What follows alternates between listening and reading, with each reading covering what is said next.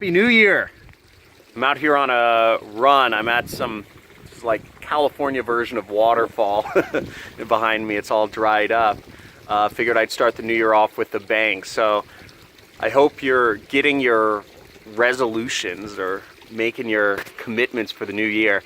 I always thought the kind of concept of New Year's resolutions are, I don't know, kind of corny. You know, it's like one time of a year and you're supposed to make all these big changes, when in reality you should be making them, you should be just doing it all year, right?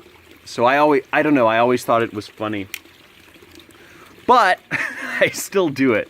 And I still do it because I think it's a good time to always, I don't know, I think setting goals is really good, and I don't think life offers enough opportunity for reflection, so why the hell not, right?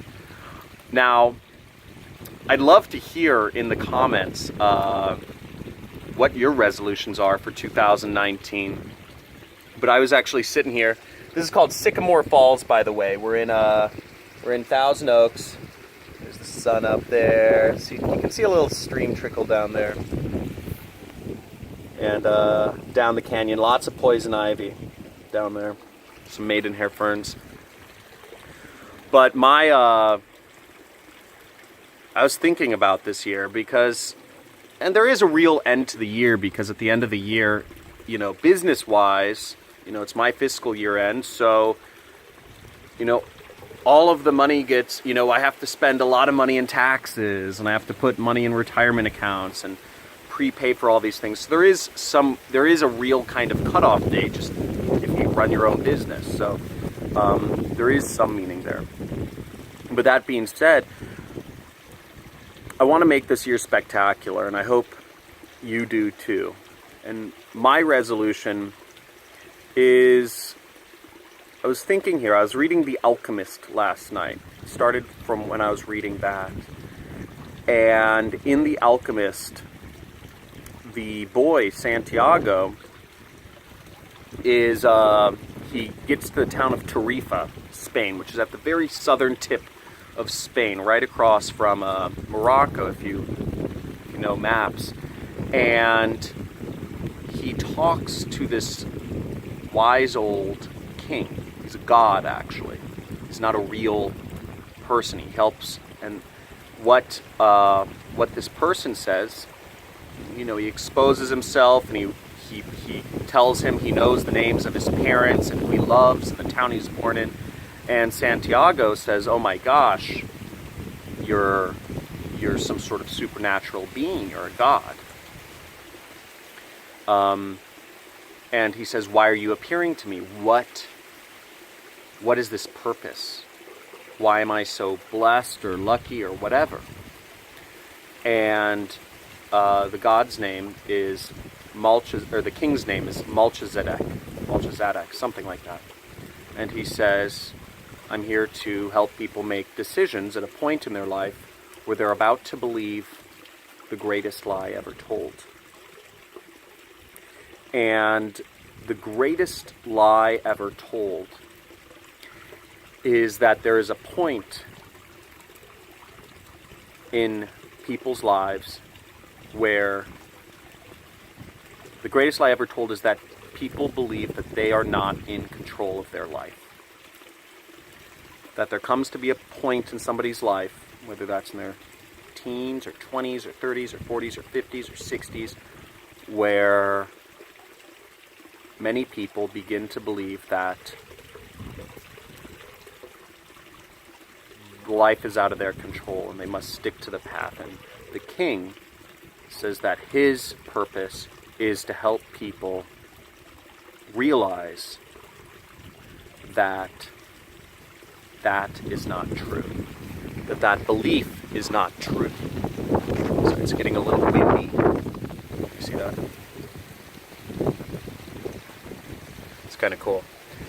So I really like that. And I really identify a lot with Paulo Coelho's story. Paulo Coelho was kind of, you know, I was reading about him as well last night, and he's sort of a, know, I feel a connection to his life journey, just as I feel a connection to The Alchemist, which is a book I've read roughly 15 times now, which is kind of crazy. So that purpose of showing people that they are in control of their own life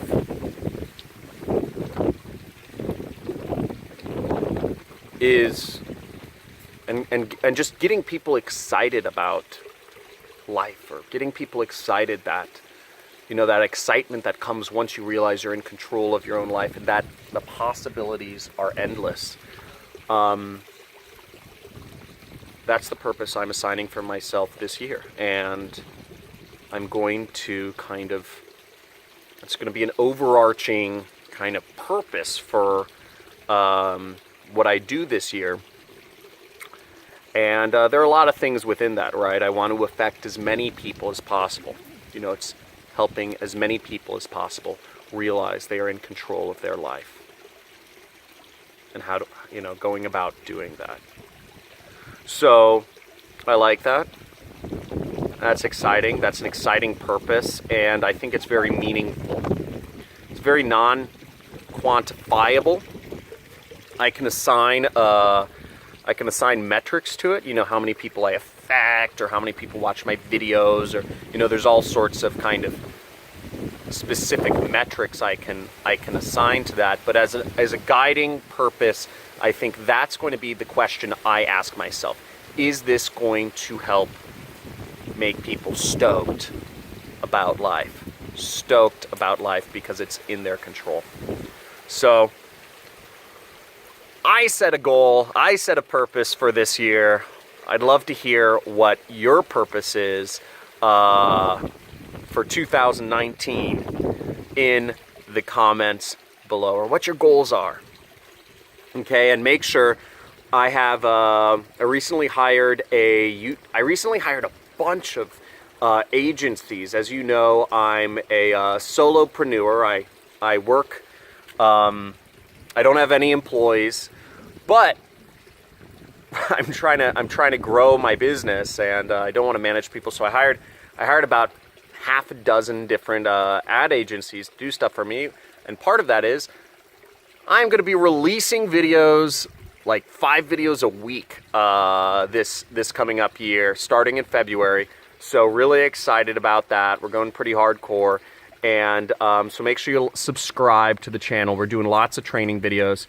Not going to do as many vlogs, but I'm going to train people on how to start an internet business, or how to quit their job and work for themselves.